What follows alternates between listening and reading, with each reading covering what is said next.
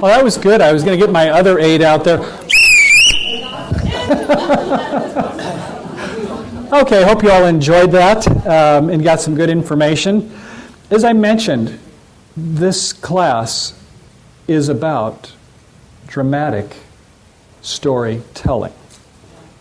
I didn't speak at all about dramatic storytelling, did I? I wonder when you had your sessions, how much of you talked about the emotional side of the game? Act 1, what we do is we have a setup, and then we have an inciting incident. I have just done an inciting incident to y'all. That's my southern side, y'all. So we think with our left brain. That's all these cubicles and stuff people doing. That's what we as bridge teachers do. We do our left brain, at least me. I don't know. I worked for Lucent and Bell Labs and these jobs, so I'm into computers and stuff. So it's always like, oh, yeah, I want to get things on exclusion Blackwood, and it's going to be 1430 style. But no. We also have the right side.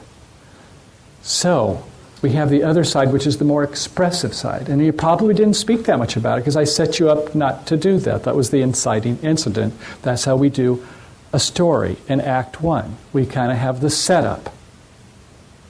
So I don't know. You probably had some good things you discussed. Maybe you have some things you'd like to share with the rest of us, but what I'd like to... What do you mean, but? You're supposed to say yet or and. Don't say but. Well, I don't think we're going to get to the last part of the handout where we get into neuro-linguistic programming, so I don't think we have to worry about it. So, and if you would like to, you can go ahead and put some notes down and give them to us, and we'll get them distributed to you all. So I don't want to discount what we've done. I hope it's been useful, but I wanted to just illustrate is that's how we do our work.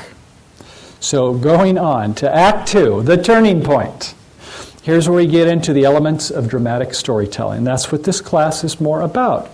So storytelling, we have the setup, we have the turning point, that inciting incident, we have the results, and then we have a moral to the chorus.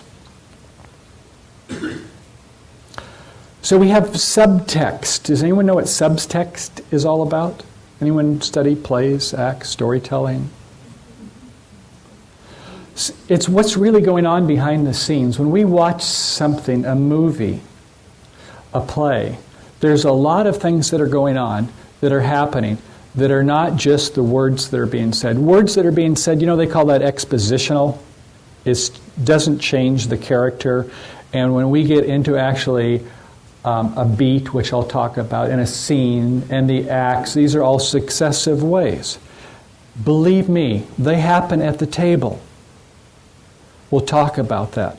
Pan's Labyrinth. Did any of you see this movie? What did you think about the movie? Oh, it's terrific. It was a terrific movie, you thought. Upsetting. Very, what? Upsetting. And it was upsetting because? Of the subtext. The subtext, right.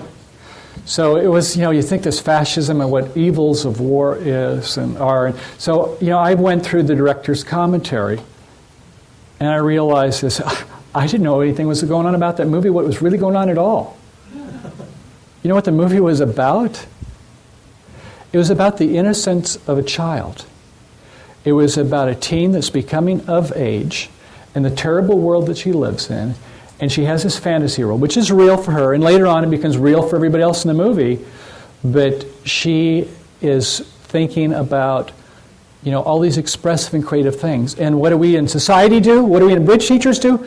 We suppress a lot of that, right? Because we have rules of order. That's the way our societies are put together. So here's a little bit, but the point is try not to be like the director of Pan's Labyrinth.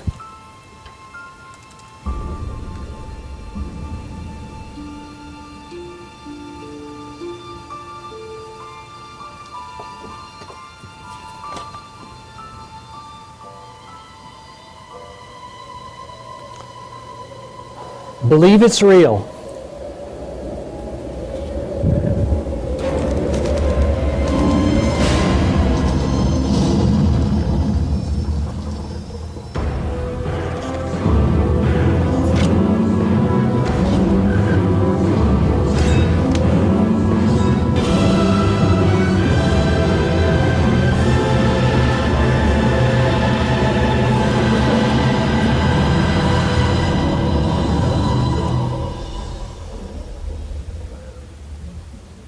I thought they did a pretty good job with the trailer. It's just too bad I didn't catch it in the movie. And so sometimes when we teach this way too, we've got these things that are subtext.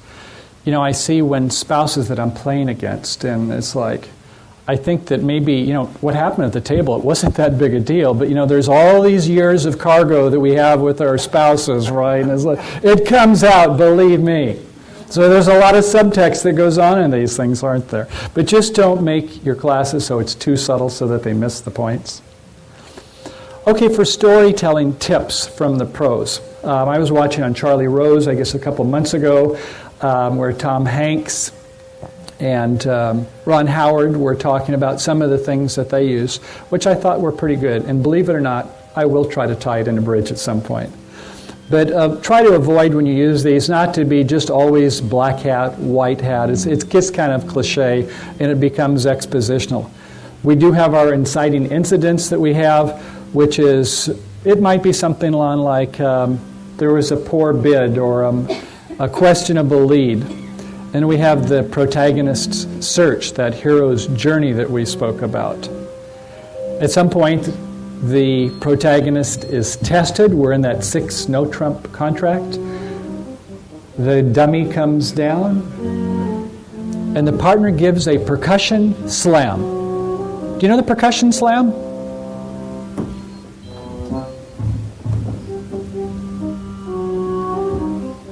My hand comes down as dummy, and my partner looks at the cards, and he goes like, that's a percussion slam. A movie always has resources are running out. It could be time, could be money. In our game, it might be trump splits, the honors, finding the right lead, and at some point, the character is revealed. And that's when we find out the true essence. I know that I always tell my students is that, like, okay, take that good deep breath before you make your play. You know, you do that plan, the pray, and, you know, kind of learn to kind of get a little bit relaxed before you get into it.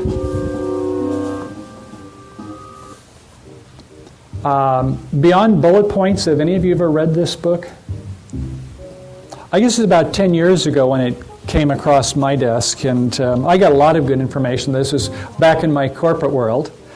But basically what you do is you take a presentation like this and you make it into a 3-act play. It could be something you do. So you have that first part, the inciting incident, and then you get into, you know, like, what are the things I want to tell?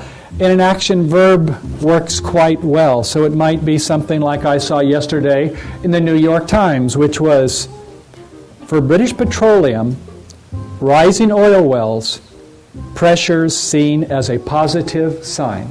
Action, verb. Or it might be, Sally is confused by my obtuse cubid. Act 1, what happened with the oil wells? We had the heroes come out, right? The business, our politicians were there to help us. Well, maybe not. And then in Act 2, Sally needs more lessons.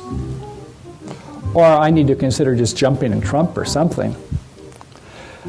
Act 3 is where we frame the resolution. It's our call to action. And we teach this way. It may not be something we think about, but it is what we do. So it might be something like, we restate the crisis. Why are we here? Finding innovative solutions. What is the ultimate one that we're recommending? Develop a climax. And then finally the resolution, which is a call to action. Sally, you better study this book some more.